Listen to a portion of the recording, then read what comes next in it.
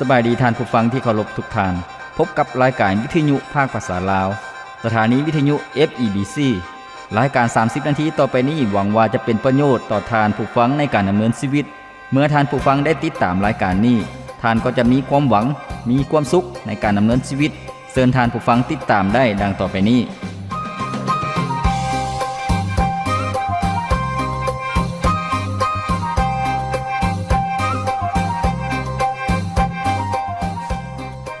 ความชอบธรรมเป็นทางไปสู่ชีวิตแต่ความชั่วร้ายเป็นทางไปสู่ความตายความชอบธรรมเป็นทางไปสู่ชีวิตแต่ความชั่วร้ายเป็นทางไปสู่ความตายสุภาษิตบทที่12ข้อที่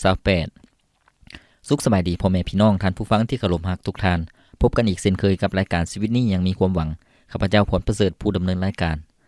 ยินดีต้อนรับท่านผู้ฟังที่จะมาศึกษาเรียนรู้และรับพรจากรายการของพวกเรารายการชีวิตนี้ยังมีความหวังเป็นรายการที่เหมาะสำหรับพี่น้องประชาชนลาวบรรดาเผ่าที่จะเข้าใจถึงความจริงของพระเจ้า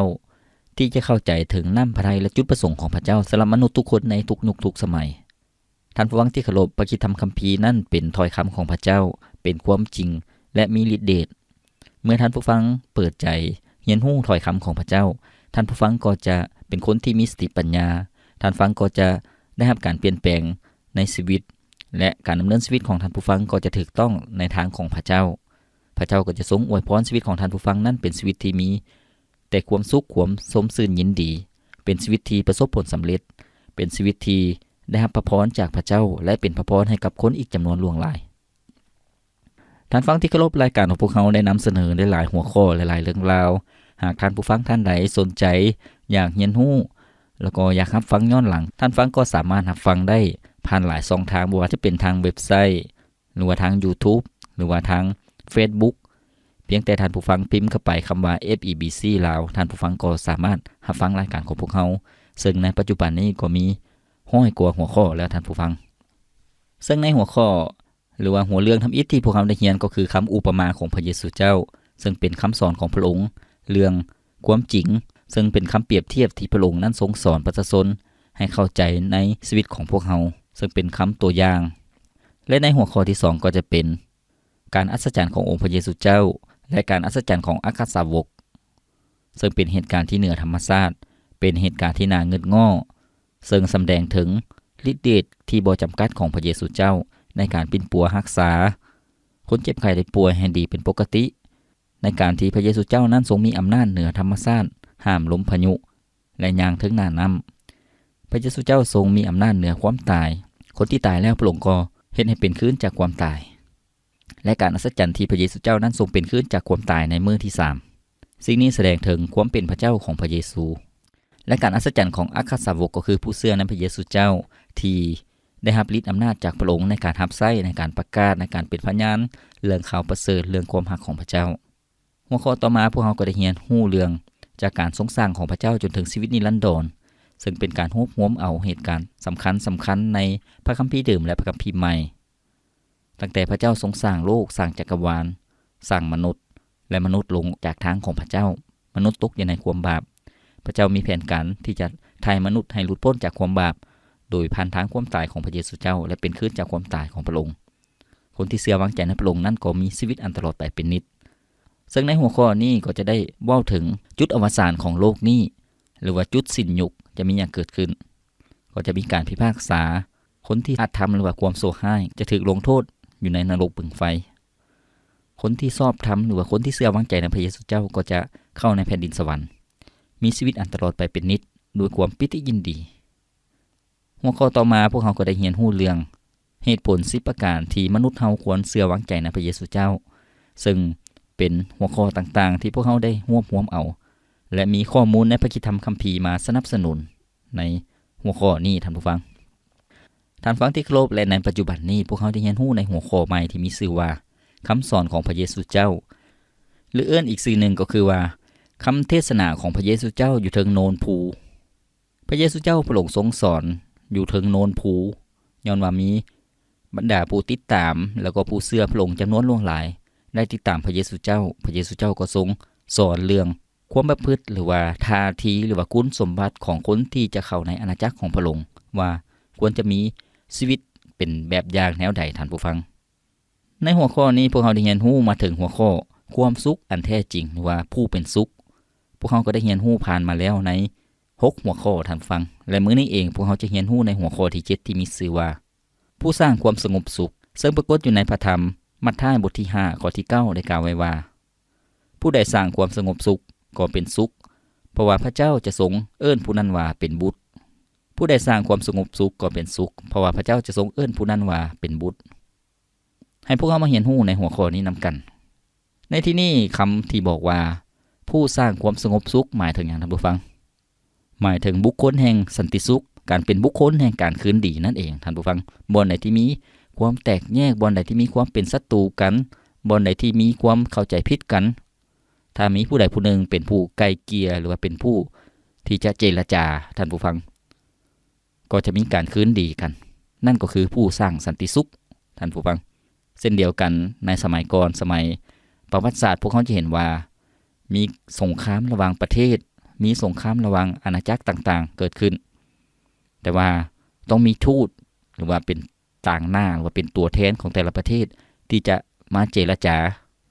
ถ้าการเจรจาสำเร็จผลดีก็มีการสงบศึกก็มีการปรองดองมีการคืนดีกันท่านผู้ฟังแต่ว่ากงกันข้ามถ้าการเจรจาบ่ประสบผลสำเร็จก็จะมีการต่อสู้กันมีการขัดแย้งมีการต้องเสียเลือดเนื้อเสียงบประมาณของบ้านเมืองประชาชนก็ได้รับผลกระทบได้รับความเดือดร้อนบ้านเมืองดินดอนต้นหญ้าไฮนาหัวสวนก็จะถึกระเบิดถึกไฟนั่นก็คือสงครามเกิดขึ้นท่านฟังที่เคารพมื้อนี้พวกเราได้เรียนรู้เรื่องผู้สร้างความสงบสุขหรือว่าผู้สร้างสันติสุขก็เป็นสุขก็คือว่าพระเจ้าจะทรงอวยพรผู้ที่สร้างความสงบสุขชีวิตของคนเฮาดังที่พวกเราได้เรียนรู้ไปแล้วในแต่ละภาคส่วนที่ผ่านมาซึ่งข้าพเจ้าได้นำเสนอความจริงในพระธรรมคัมภีร์ที่บอกว่ามนุษย์ทุกคนนั้นเป็นคนบาปพระเจ้าทรงสร้างมนุษย์จากพระลักษณะของพระองค์หรือว่าตามรูปแบบของพระองค์มนุษย์จึงเป็นผู้ที่พระเจ้าทรงสร้างมีความคิดจิตใจมีจิตสำนึกมีมโนธรรมมนุษย์ทุกคนนั้นพระเจ้าทรงสร้างขึ้นมาพระเจ้าทรงสร้างมนุษย์ให้แตกต่างจากสิ่งทั้งปวงจากสัตว์ทุกชนิดอยู่ในโลกนี้พระเจ้าทรงรักมนุษย์พระเจ้าทรงให้มนุษย์นั้นได้ครอบครองสิ่งทั้งปวงที่พระเจ้าทรงสร้างขึ้นบ่ว่าจะเป็นธรรมชาติบ่ว่าจะเป็นสัตว์หรือว่าอำนาจต่างๆพระเจ้าทรงให้มนุษย์แต่ว่าเมื่อมนุษย์นั้นบ่ได้เชื่อฟังพระเจ้ามนุษย์ขัดขืนคำสั่งของพระเจ้ามนุษย์จึง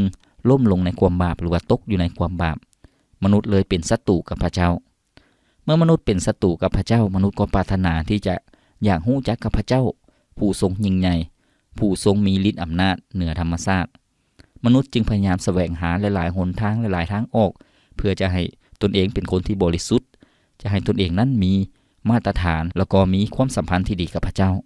มนุษย์ก็พยายามอาศัยการปฏิบัติหรือว่าการประพฤติมนุษย์ก็อาศัยความรู้หรือว่าสติปัญญาบทเรียนคำสอนต่างๆแต่ว่าสิ่งเหล่านั้นก็บ่สามารถเฮ็ดให้มนุษย์นั้นเป็นคนบริสุทธิ์ชอบธรรมมนุษย์ก็ยังเป็นศัตรูกับพระเจ้าอยู่ท่านผู้ฟังย้อนหยังย้อนว่าพระเจ้าทรงเป็นพระเจ้าผู้ทรงบริสุทธิ์ชอบธรรมเป็นพระเจ้าผู้ทรงบ่มีมลทินบ่มีความบาปแต่ว่ามนุษย์เป็นคนที่ตกอยู่ในความบาปมนุษย์จึงเป็นศัตรูกับพระเจ้าพระเจ้าบ่สามารถสถิตหรือว่ามีความสัมพันธ์กับมนุษย์ได้บ่สามารถที่จะติดต่อกับมนุษย์ได้ย้อนว่ามนุษย์นั่นเป็นคนบาปฉะนั้นท่านผู้ฟังที่เคารพการที่พวกเขาจะเป็นผู้ที่มีความสงบสุขได้นั้นพวกเขาก็ต้องได้คืนดีกันกับพระเจ้าท่านผู้ฟังพระคริสตธรรมคัมภีร์ได้เปิดเผยวิธีการที่มนุษย์ได้คืนดีกับพระเจ้าก็คือโดยผ่านทางผู้กลางหรือว่าผู้ไกลเกลี่ยนั่นก็คือพระเยซูเจ้าพระเยซูเจ้ามาเปิดหนทางให้มนุษย์ได้คืนดีกับพระเจ้าโดยการตายอยู่ถึงไม้กางเขนพระเยซูเจ้านั่นเป็นผู้ที่นำมนุษย์ได้คืนดีกับพระเจ้ามนุษย์จึงได้รับความชอบธรรมเมื่อเชื่อวางใจในพระเยซูเจ้าได้รับสันติสุขจากพระเจ้าเมื่อพระเยซูเจ้าเป็นผู้ที่นำมนุษย์มาคืนดีกับพระเจ้าพระคริสตธรรมคัมภีร์ได้เปิดเผยให้พวกเราเห็นบอกว่าขณะที่พวกเขาเป็นคนบาปอยู่นั้นพระเจ้าได้ทรงสำแดงความรักของพระองค์ก็คือให้พระเยซูเจ้าทรงตายอยู่ถึงไม้กางเขนเพื่อช่วยคนบาปทั้งปวงในพระคริสตธรรมคัมภีร์ในพระคัมภีร์เดิมได้ทำนวยไว้ท่านผู้ฟังอยู่ในพระธรรมเอสายาห์บทที่57ข้อ18-19ได้กล่าวไว้ว่าเฮาเห็นว่าพวกเขาได้ประพฤติตนอย่างใดแต่เฮาก็จะปิ่นปัวพวกเขาให้ดีเฮาจะนำพาและช่วยเหลือพวกเขาและเฮาจะเล่าล้มอ่อยใจคนที่โศกเศร้าเสียใจ เฮาให้สันติสุขแก่ทุกคนทั้งผู้ที่อยู่ใกล้และผู้ที่อยู่ไกลเฮาจะปิ่นปัวประชาชนของเฮาให้ดีท่านฟังที่เคารพนี่ก็คือคำทำนวยในพระคัมภีร์เดิมที่ได้ทำนวยถึงผู้ที่จะมาสร้างสันติหรือว่าสร้างความสงบสุขนำคนประชาชาติหรือว่านำมวลมนุษย์บ่ว่าอยู่ใกล้แล้วก็อยู่ไกลจะได้รับการซอยให้พ้นโดยทางพระเยซูเจ้าฉะนั้นท่านผู้ฟังที่เคารพพระเยซูเจ้าทรงเป็นผู้สร้างสันติสร้างความสงบจิตใจมนุษย์ที่อยู่ห่างไกลจากพระเจ้าจิตวิญญาณของมนุษย์ที่จุดหมายปลายทางก็คือว่าต้องถูกพิพากษาลงโทษย้อนผลแห่งความบาปมนุษย์จะถูกลงโทษในนรกบึงไฟนั่นก็คือความตายครั้งที่2แต่ว่าพระเยซูเจ้าได้มาเฮ็ดให้คำมั่นสัญญาของพระเจ้าได้เป็นจริงที่พระเจ้าทรงรักมนุษย์พระเยซูเจ้าก็มาตายแทนบาปมนุษย์และนำมนุษย์ได้รับความพ้นได้คืนดีกับพระเจ้าชีวิตของมนุษย์ทุกคนจึงมีความปิติยินดีเพราะว่าได้รับความพ้นท่านฟังที่เคารพให้พวกเราพักฟังเพลงจากรายการของพวกเราก่อนจัก1เสียงเพลงแล้วพวกเราจึงมาเรียนรู้ในหัวข้อผู้สร้างความสงบสุขนำกัน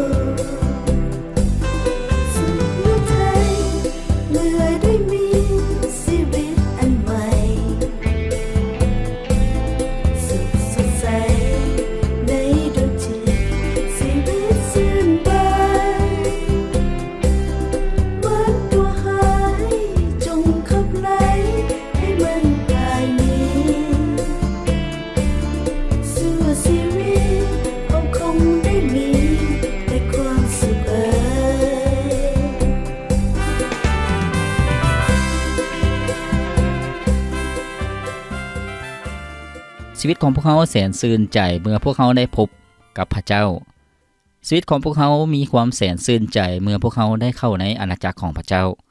เมื่อชีวิตของพวกเขาได้รู้จักว่าพระเจ้าองค์แท้ๆแม่นไผ ชีวิตของพวกเขาก็มีความสุขความสำราญท่านผู้ฟังดังบทเพลงที่พวกเขาได้ฟังไปแล้วนั้นท่านฟังที่เคารพมื้อนี้พวกเขาได้เรียนรู้ในหัวข้อที่มีชื่อว่าผู้สร้างความสงบสุขก็เป็นสุขนั่นก็คือผู้ที่สร้างความสงบสุขก็เป็นคนที่พระเจ้าทรงพอใจหรือว่าเป็นคนที่พระเจ้าทรงอวยพระพรท่านผู้ฟังที่เคารพคนที่เชื่อวางใจในพระเยซูเจ้าก็ได้รับการคืนดีกับพระเจ้าแล้วเมื่อได้รับการคืนดีพวกเขาก็เป็นลูกของพระเจ้าเป็นลูกแห่งพระเจ้าผู้ทรงเป็นสันติสุขท่านผู้ฟังเมื่อเขาเป็นลูกของพระเจ้าพวกเขาก็ฮักพระเจ้าท่านผู้ฟังเมื่อฮักพระเจ้าพวกเขาก็ฮักมนุษย์ก็คือการฮักคนอื่นๆนั่นเองฉะนั้นนี่ก็คือท่าทีที่พระเจ้ามีจุดประสงค์หรือว่ามีความต้องการให้คนที่เชื่อวางใจในพระองค์นั้นเป็นคนที่สร้างความสงบสุขเพราะว่าจะได้ชื่อว่าเป็นลูกของพระเจ้าเมื่อพวกเขาได้ฮักคนอื่นๆฮักซึ่งกันและกันย้อนว่าพวกเขาได้รับความฮักจากพระเจ้าย้อนว่าพระเจ้าทรงฮักพวกเขาพระเยซูเจ้าพระองค์ได้ทรงมาเกิดในโลกนี้และสั่งสอนเทศนาให้มนุษย์ได้เข้าใจถึงจุดประสงค์เป้าหมายของพระเจ้าที่จะมาปลดปล่อยมนุษย์ทุกชาติทุกภาษาและมนุษย์ทุกยุคทุกสมัยให้กลับคืนดีกับพระเจ้าให้เป็นลูกของพระเจ้าคำสอนของพระเยซูเจ้าเฮ็ดให้บรรดาพวกผู้นำศาสนาหรือว่าคนยิวในสมัยนั้นบ่พออกบ่พอใจย้อนอย่างท่านผู้ฟังย้อนว่าความคิดหรือว่าความคาดหวังของคนยิวพวกเขามีความคาดหวังว่าพระเมสสิอาหรือว่าพระคริสต์จะเสด็จมาปลดปล่อยชนชาติของตนเองก็คือคนชนชาติของคนยิวพวกเขามีความคาดหวังว่าพระคริสต์หรือว่าพระเมสสิอานั้นจะมาในรูปแบบของนักรบหรือว่าจอมกษัตริย์หรือว่าจอมแม่ทัพที่จะมาปลดปล่อยคนยิวหรือว่าชนชาติอิสราเอลประเทศอิสราเอลให้เป็นอิสระจากอำนาจของจักรพรรดิหรือว่าของโรมในสมัยนั้นท่านผู้ฟังพวกเขาก็มีความคาดหวังแต่ว่าพระเยซูเจ้านั้นได้มาสั่งสอนและชี้ให้บรรดาผู้ติดตามพระองค์นั้นได้เห็นจุดประสงค์ของพระเยซูเจ้าก็คือว่าพระองค์มาในฐานะกษัตริย์ฝ่ายจิตวิญญาณก็คือนำมนุษย์ไปคืนดีกับพระเจ้านำมนุษย์ที่เป็นคนบาปบ่ว่าจะเป็นคนยิวที่มีความภาคภูมิใจว่าพวกเขาเจ้าเป็นชนชาติของพระเจ้าเป็นประชากรของพระเจ้าเป็นชนชาติเดียวแต่พระเยซูเจ้าบอกว่ามนุษย์ทุกคนนั้นพระเจ้าทรงฮักพระเจ้าทรงสร้างมนุษย์ทุกคนและให้มนุษย์ทุกคนนั้นได้พบกับความสงบสุขในจิตวิญญาณก็คือการคืนดีกับพระเจ้าพระคริสต์ก็คือพระเมสสิอาที่ทรงเป็นผู้สร้างสันติสุขอย่างแท้จริงเมื่อพระเยซูเจ้าทรงตายอยู่ถึงไม้กางเขนเพื่อจะให้มนุษย์ได้คืนดีกับพระเจ้าเหตุฉะนั้นบ่ว่าจะเป็นคนยิวหรือว่าคนต่างชาติที่เชื่อวางใจในพระเยซูเจ้าก็จะเป็นประชากรของพระองค์จะบ่ได้ถูกแยกจากกันอีกต่อไปเพราะว่าสำหรับความคิดหรือว่ามุมมองของคนยิวก็คือว่าคนต่างชาตินั้นเป็นชนชาติที่มีมลทินเป็นชนชาติที่มีความบาปคนยิวจะบ่ได้คบค้าสมาคมกับคนต่างชาติแต่เมื่อพระเยซูเจ้าพระองค์ทรงมาทำลายกำแพงหรือว่าการเป็นศัตรูกันระหว่างคนยิวกับคนต่างชาติโดยทุกคนที่เชื่อวางใจในพระเยซูเจ้าก็เป็นประชากรของพระเจ้าเช่นเดียวกันพระธรรมเอเฟโซบทที่2ข้อ14ได้บอกให้พวกเราเห็นดังนี้เพราะว่าพระองค์ได้ทรงเป็นสันติสุขของเฮาทั้งหลายคือเป็นผู้ทรงกระทำให้ทั้งสองฝ่ายเข้าเป็นพวกเดียวกันพระองค์ได้ทรงให้กำแพงที่ขั้นระหว่างการเป็นศัตรูนั่นทิมเสียด้วยพระกายของพระองค์นี่ก็คือพระคำของพระเจ้าที่ได้ยืนยันให้พวกเราเห็นว่าพระเยซูเจ้าทรงเป็นผู้สร้างสันติสุขอย่างแท้จริงคนที่เชื่อวางใจในพระเยซูเจ้าก็เป็นลูกของพระเจ้าท่านฟังพระคัมภีร์จึงบอกว่าผู้ใดที่สร้างความสงบสุขก็เป็นสุขเพราะว่าผู้นั้นจะได้ชื่อว่าเป็นลูกของพระเจ้าฉะนั้นพวกเขาที่เชื่อวางใจในพระเยซูเจ้าพวกเขาก็เป็นลูกแห่งสันติสุขท่านผู้ฟังย้อนว่าพระเจ้าทรงเป็นพระเจ้าแห่งสันติสุขพระธรรมลูกาบทที่2ข้อ14ได้กล่าวไว้ว่าพระรัศมีจงมีแก่พระเจ้าในสวรรค์ที่สูงสุดและที่แผ่นดินโลกจงมีสันติสุขแก่มนุษย์ทั้งปวงผู้ที่พระองค์ทรงพอพระทัยนั้นนี่ก็คือจุดประสงค์ของพระเจ้าพระเจ้าปรารถนาให้มนุษย์ทุกคนนั้นมีสันติสุขการที่พวกเขาจะมีสันติสุขก็คือการเชื่อวางใจในพระเยซูเจ้าพระองค์ก็จะให้พวกเขานั้นได้เป็นลูกของพระเจ้าเป็นลูกแห่งสันติสุขพระเจ้าปรารถนาให้พวกเขาสำแดงชีวิตหรือว่ามีท่าทีในการสร้างสันติหรือว่าสร้างการคืนดีท่านผู้ฟังเมื่อพวกเขาเชื่อวางใจในพระเยซูเจ้าพวกเขาก็ประกาศเป็นพยานเรื่องของพระเจ้าให้คนที่ตกอยู่ในความบาปให้คนที่เป็นศัตรูกับพระเจ้าได้รับการคืนดีกับพระเจ้ากลับมาเป็นลูกพระเจ้าบ่อนใดที่มีข่าวประเสริฐประกาศออกไปและมีการตอบสนองก็คือมีการต้อนรับเชื่อในพระเยซูเจ้า พระองค์ก็จะทรงเหตุการณ์อัศจรรย์พระองค์ก็จะทรงสำแดงฤทธิ์เดชการทรงสถิตของพระองค์พระองค์ก็จะทรงให้ความสว่างของพระองค์นั้นไปถึงชีวิตของบุคคลนั้นไปถึงครอบครัวของเขาเจ้าครอบครัวที่พังทลายครอบครัวที่มีการแตกแยกกันมีความบาปหรือว่ามีคำสาปแช่งมีเวรกรรมที่ควบคุมหรือว่าครอบงำอยู่พระเจ้าก็จะทรงปลดปล่อยให้คนเหล่านั้นเป็นอิสระการบ่เข้าอกเข้าใจกันระหว่างผัวเมียระหว่างพ่อแม่ลูกระหว่างญาติพี่น้องระหว่างเพื่อนบ้านที่มีความเป็นศัตรูกันเมื่อข่าวประเสริฐไปถึงครอบครัวนั้นก็จะมีการคืนดีจะมีการยกโทษมีการให้อภัยกันมีความรักซึ่งกันและกันเกิดขึ้นท่านผู้ฟังนั่นก็คือพันธกิจแห่งการคืนดีแห่งการสร้างความสงบท่านผู้ฟังพวกเขาที่เห็นในหลายๆอาณาจักรหรือว่าหลายๆพื้นที่ในโลกนี้ท่านผู้ฟังตั้งแต่ประวัติศาสตร์จนถึงปัจจุบันการอยากได้มาซึ่งอำนาจหรือว่าเกียรติยศชื่อเสียงหรือว่าอิทธิพลท่านผู้ฟังก็ต้องมีการต่อสู้กันบ่ว่าจะเป็นการเฮ็ดสงครามเมื่อก่อนการล่าอาณานิคมหรือว่าล่าหัวเมืองขึ้นต่างๆท่านผู้ฟังพวกเขาจะเห็นหรือว่าในปัจจุบันนี้ก็เป็นสงครามเศรษฐกิจสงครามยุทธศาสตร์เศรษฐกิจเพื่อให้ตนเองนั้นมีความมั่นคงเพื่อให้ตนเองนั้นมีอิทธิพลหรือว่ามีอำนาจสูงสุดเพื่อจะได้อยู่ในจุดที่สูงสุดหรือว่าประสบผลสำเร็จ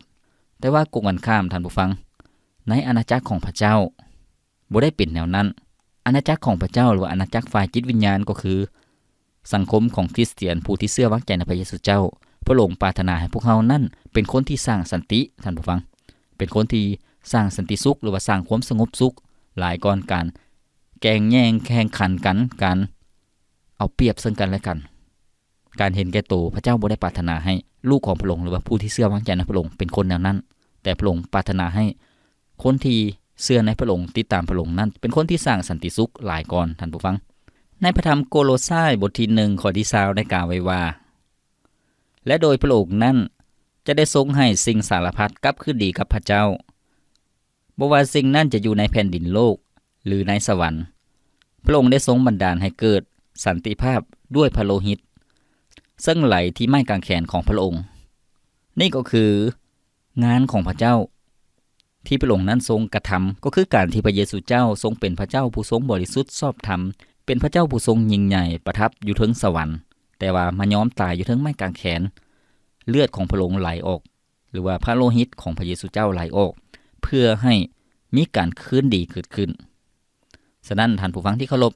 พระเจ้าปรารถนาให้มีการคืนดีเกิดขึ้นเมื่อพวกเขาเชื่อวางใจในพระเยซูเจ้าให้พวกเขาสำแดงคุณสมบัติหรือว่าท่าทีหรือว่าการประพฤติในการสร้างสันติสุขหรือว่าสร้างความสงบสุขท่านผู้ฟังเมื่อพวกเขาเป็นคนที่สร้างความสงบสุขแทนการเป็นคนสร้างความแตกแยกสร้างความบาดหมางหรือว่าสร้างความบ่พออกบ่พอใจหรือว่าสร้างอคติต่อกับคนอื่นก็เห็นว่าพวกเขานั้นเป็นลูกของพระเจ้าสำแดงถึงพระเจ้าที่พวกเขาเชื่อวางใจเป็นพระเจ้าแห่งความสงบสุขเป็นพระเจ้าผู้ทรงสร้างสันติผู้ทรงเปลี่ยนแปลงชีวิตของพวกเขาท่านฟังที่เคารพการที่พวกเขาได้คืนดีกับพระเจ้าโดยการเชื่อวางใจในพระเยซูเจ้าพวกเขาก็ได้ชื่อว่าเป็นลูกแห่งสันติสุขลูกแห่งความสงบสุขฉะนั้นให้พวกเขาสำแดงชีวิตในการเป็นลูกของพระเจ้าที่จะสุขยุ่งซอยเหลือคนอื่นๆซอยเหลือหมู่เพื่อนของพวกเขาหรือว่าคนใกล้เคียงของพวกเขาที่ประสบปัญหาความแตกแยกความบ่เข้าอกเข้าใจกันหรือว่าปัญหาการพิดเถียงกันพระเจ้าจะทรงให้สติปัญญากับพวกเขาพระเจ้าจะให้ความรักกับพวกเขาพระองค์จะให้พวกเขานั้นมีพละใจหรือว่ามีหัวใจในการเสียสละในการให้คำปรึกษาในการซอยเหลือคนที่ประสบปัญหาความขัดแย้งหรือว่าการเป็นศัตรูกันก็จะมีการคืนดีกันเกิดขึ้นท่านผู้ฟังฉะนั้นให้พวกเขามีจิตใจที่ปรารถนาอยากเป็นเหมือนกับพระเยซูเจ้าในการสร้างความสงบสุขสร้างสันติสุขโดยความรักโดยการคืนดีการเกิดขึ้นท่านผู้ฟังสิ่งนี้บ่ได้เกินกำลังของพระเจ้าเพียงแต่พวกเขาเพิ่งพาพระเจ้าให้พระเจ้าทรงเคลื่อนไหวหรือว่าให้พระเจ้าทรงเฮ็ดเวียกในชีวิตของพวกเขาเป็นอุปกรณ์ที่พระเจ้าใช้ในงานของพระองค์ที่จะเกิดผลและนำคนมาถึงพระเจ้าท่านฟังท่านใดที่ปรารถนาอยากให้ความสงบสุขเกิดขึ้นในบ้านเรือนของตนเองความสัมพันธ์ของพ่อแม่ลูกความสัมพันธ์ของปู่ย่าตายายความสัมพันธ์ของผัวเมียความสัมพันธ์ของญาติพี่น้องอยากเป็นอันหนึ่งอันเดียวกันอยากคืนดีกันให้พวกเขาพึ่งพาในพระเจ้าและพระเจ้าจะทรง ซอยเหลือพวกเฮาให้กลับคืนดีกันเพราะว่าพวกเฮาได้รู้จักกับพระเจ้าผู้ทรงสร้างความสงบสุขหรือว่าเป็นพระเจ้าแห่งสันติสุขท่านผู้ฟังแล้วพวกเฮาก็จะได้เห็นถึงการช่วยเหลือของพระองค์อย่างอัศจรรย์พวกเฮาก็จะได้ยกย่องสรรเสริญพระเจ้าและเป็นพยานให้กับคนอื่นๆอีกท่านฟังที่เคารพรายการของพวกเฮาดำเนินมาฮอดนี้ก็สิ้นสุดเพียงเท่านี้ข้าพเจ้าพรประเสริฐผู้ดำเนินรายการขอกล่าวคำว่าสบายดีขอพระเจ้าอวยพรท่านผู้ฟังทุกท่านพบกันใหม่ในโอกาสหน้าทนมาโดนหัวใจเปล่าเปลี่ยวเดียวดายภายในใจบ่เคยลบเลือนชีวิตเก่าคนคอยเว้าจาแม้มีก็เพียงแต่เงา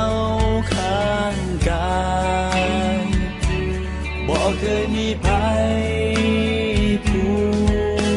กพันและแล้วพระองค์นำข่าวประเสริฐมาเติมแห่งใจชีวิตที่บ่มีแห่งใจเคยอ่อนล้าได้ฟื้นคืนเบิกบานพระเยซูทรงเป็นฮักแท้ในใจคอยนำทางคนที่อ้างว้างเดียวดายเปิดใจให้พบฮักแท้มีจริงเปลี่ยนดวงใจให้มีความหมายพระเยซูทรงเป็นฮักแท้ในใจคอยนำทางคนที่อ้างว้างเดียวดายเปิดใจให้พบฮักแท้และความจริงเปลี่ยนดวงใจเปลี่ยนชีวิตนี้ให้พบฮักใหม่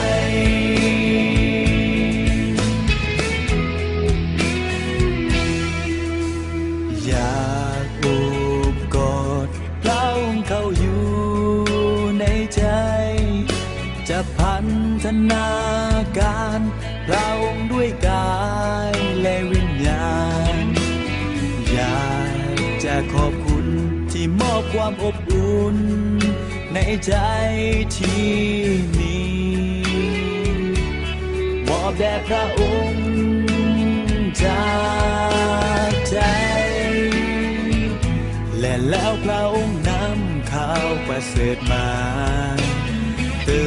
มแห่งใจชีวิตที่บ่มีแห่งใจเคยอ่อนล้าได้ฟื้นคืนเบิกบานพระเยซูทรงเป็นฮักแท้ในใจคอยนำทางคนที่อ้างว้างเดียวดายเปิดใจให้พบฮักแท้มีจริงเปลี่ยนดวงใจให้มีความหมายพระเยซูทรงเป็นฮักแท้ในใจคอยนำทางคนที่อ้างว้างเดียวดายเปิดใจให้พบฮักแท้และความจริงเปลี่ยนดวงใจเปลี่ยนชีวิตนี้ให้พบฮักใหม่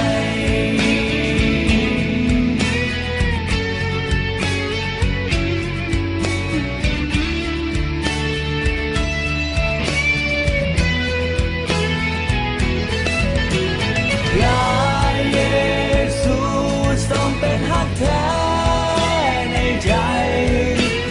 คอยนำทางคนที่อ้างว้างเดียวดายเปิดใจให้พบฮักแท้มีจริงเปลี่ยนดวงใจ